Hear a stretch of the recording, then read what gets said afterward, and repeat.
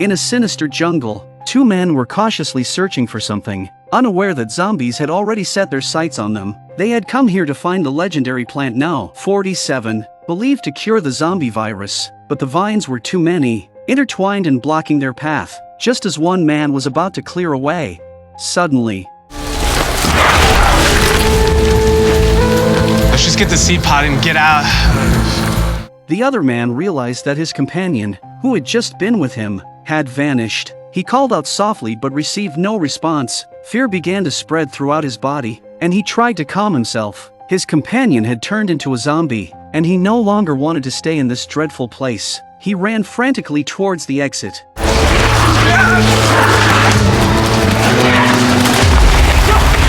Such incidents were happening daily, and especially in the greenhouse nearby. At the entrance, a man with a pipe in his hand is making an impassioned speech calling for more survivors to enter the area and harvest medicinal plants for him. His name was Odard. After the apocalypse, he discovered this place, where cannabis, poppy, and other plants grew wildly in the greenhouse. He loved researching and had created many drug varieties. By selling these drugs, he lived a good life in the post-apocalyptic world. Later, he widely advertised that he could produce a cure for the zombie virus, but it required people to venture deep into the greenhouse to collect plant No. 47, as it was infested with mutated zombies. Despite its absurdity, many survivors gathered there, most of them risking their lives to save their families. Odard's mastery of human nature was such that he was able to lure these people into volunteering to go with just a few words of incitement. Among these gatherers were two familiar figures, Murphy and Cassandra. After Odard finished swaying the crowd, he returned to his office and instructed his subordinates to organize the naive survivors to take turns harvesting.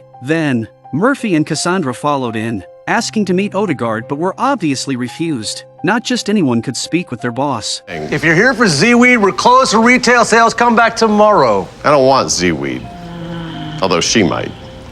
I have a proposition you're going to want to hear. You got 2 minutes. Murphy didn't say anything but walked straight to the table, ready to demonstrate his abilities. But the amazing thing was that this Odard had done some research, like combining plants and zombies' hands. Without a word, Murphy extended a finger, and the zombie palm responded to him. How'd you do that? It's a gift. Perhaps you've heard of me. This amazed Odard, but that wasn't all. Murphy then approached the table, where 3 glass domes were placed. He opened the first, revealing a roaring, ferocious zombie head. Murphy then slowly reached out his right hand and, incredibly, the zombie calmed down, seemingly even enjoying the touch. Odard watched in amazement. He quickly guessed that the person in front of him might be Murphy, the subject of recent radio broadcasts. If you're the Murphy, let's see the bites. O ye of little faith. After the demonstration, Odard became excited. He had thought it was just a legend, but it turned out to be real. Murphy got to the point, asking Odard if plant No. 47 could really cure the zombie virus. If true, it meant he wouldn't need to go to California, the herb could save the world, and he wouldn't have to be a guinea pig, providing an explanation to Roberta and the others. Odard, more excited than anyone, revealed the truth. The research wasn't his but left by someone else, including partial experimental records. The records clearly stated that plant No. 47 was effective, but the part about side effects seemed to have been lost, which is why he was eager to have it harvested and tested. During their conversation, a scream came from the greenhouse. It was from the man who had entered earlier, now desperately reaching the entrance but bitten by his companion turned zombie. The vines seemed to be pulling them back intentionally. Odard watched this coldly and gestured to his subordinates to handle it. He was no longer surprised by such phenomena. The next volunteer was ready. A woman, driven by her infected daughter, chose to believe in this hope despite her fear. You'll be the one. I can feel it. Now go on. Mariah, after hearing this, gained confidence, believing she could successfully harvest the plant and save her daughter. Ironically, their dedicated efforts were merely pawns in Odard's game, mere ants in the grand scheme. After dealing with the situation, Murphy followed Odard back to continue their conversation. Unbeknownst to him, a pair of eyes in the corner recognized him. 10 minutes later, a car arrived at the farm's entrance. It was Team X, who had guessed that Wrecking Ball might have brought Murphy here. The gatekeeper, thinking they were survivors attracted by Plant Now 47. Let them in. Harvesters wait in the garage until you're called. The others inside will give you the rundown. Inside, they looked around, hoping to find Murphy, but he seemed to be nowhere in sight. Doc, however, was delighted, smelling the cannabis, his favorite. Suddenly, a cry for help came from afar. Mariah, who had entered the greenhouse for her daughter, Roberta, and her team, unaware of what was happening and puzzled why no one was helping, were determined not to ignore the situation. At this critical moment, Team X, having just arrived, heard her cries and rushed to help. Vasquez, acting quickly, picked up a cold weapon from the ground and smashed the zombies' heads in a few swift movements. The rest of the team joined in, finally rescuing Mariah. The commotion attracted the guards' attention, who scolded Team X, asking why they interfered when they were supposed to be volunteers. Doc wanted to argue but thought better of it, fearing they might be expelled, which would hinder their search for Murphy. Afterward, they helped Mariah to the warehouse, where there was a little girl still fast asleep. Her child, infected with the zombie virus, was the reason Mariah risked her life in the greenhouse to fetch Plant Now 47, hoping to save her. Mama. Hey, baby, hey. I came back to you just like I promised. Did you find it? Not yet, sweetie. But we're getting close.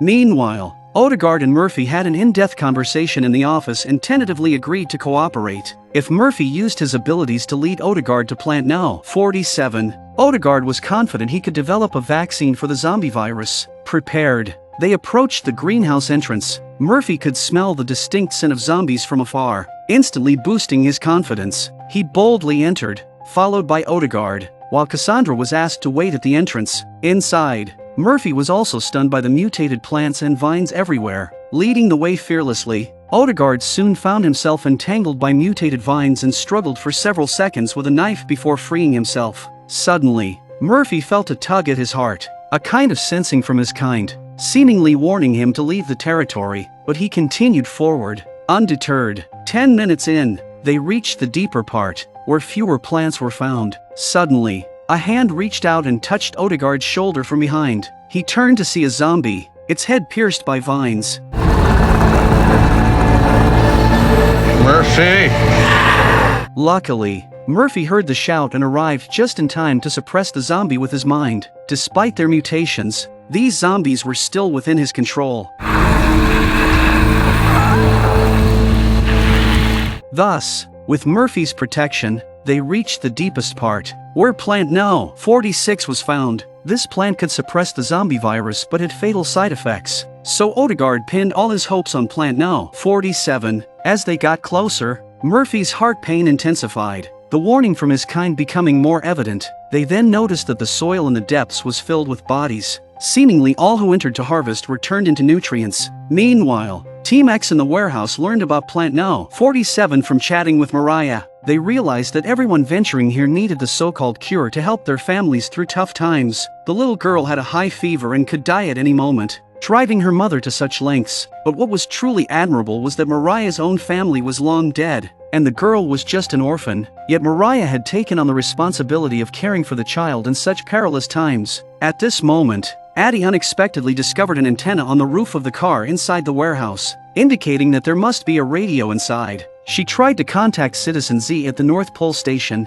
Meanwhile, 10K signaled everyone to come over, as he might have found a clue to Murphy's whereabouts. What's that? I think I know where Murphy is.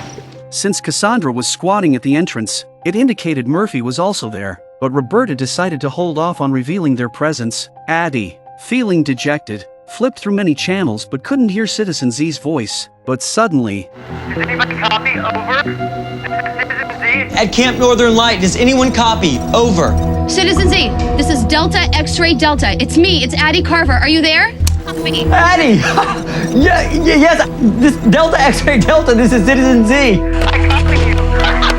Citizen Z was extremely excited, as this was the first contact he had made with Team X since the nuclear explosion. The fact that Addie was the one who responded added to his excitement. However, the signal was poor, and Addie struggled to inform him about Murphy's current situation. Citizen Z was surprised to hear that Murphy didn't want to carry out his mission, but there was no time to ponder. Citizen Z repeatedly urged Addie to bring Murphy to California, as the lab there was operational again, and he provided Addie with a new address. Afterward, Citizen Z instructed Addie to remember the coordinates he was about to provide. With nothing to write on, Addie resorted to writing the coordinates directly on the car's window.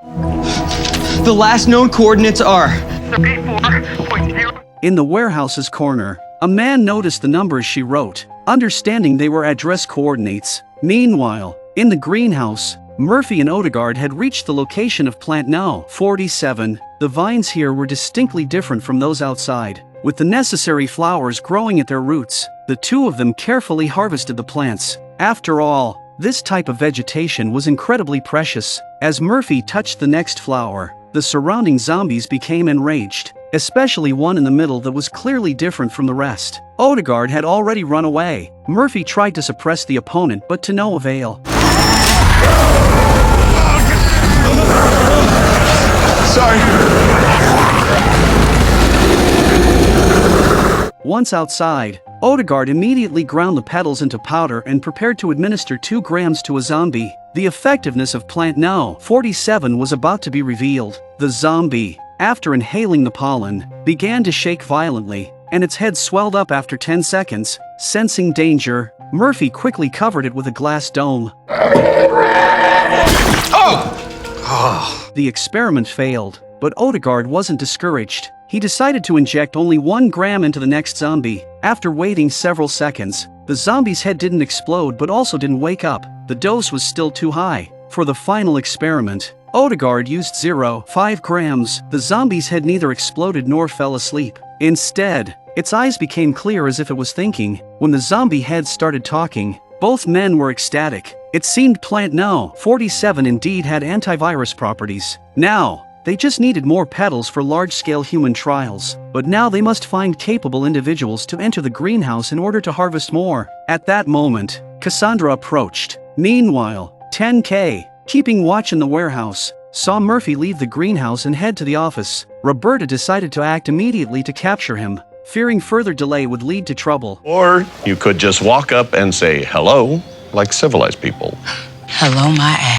You know these folks? Oh, we've covered a bit of ground together. The members of Team X were all very dissatisfied with Murphy. This bastard has caused them too much trouble. They think it might be better to just grab him directly. Murphy calmly suggested that there was no need to go to California anymore. The greenhouse outside had herbs that could cure the zombie virus. They just need to storm in and harvest the medicinal herbs. Odard corroborated this, affirming the efficacy of their recent discovery. Well, think about it. No more relying on me to save the human race. It's a win-win, right? No, that's not our fight. Please. If there's any hope. Mariah also hoped Roberta would go in, as it could save her daughter. In the end, Team X decided to enter the greenhouse with skepticism. Vasquez couldn't understand why they wouldn't just take Murphy to California for the bounty instead of risking their lives. Roberta didn't explain but told him, if we die in there and become zombies, the task of granting us mercy falls to you. Lead on.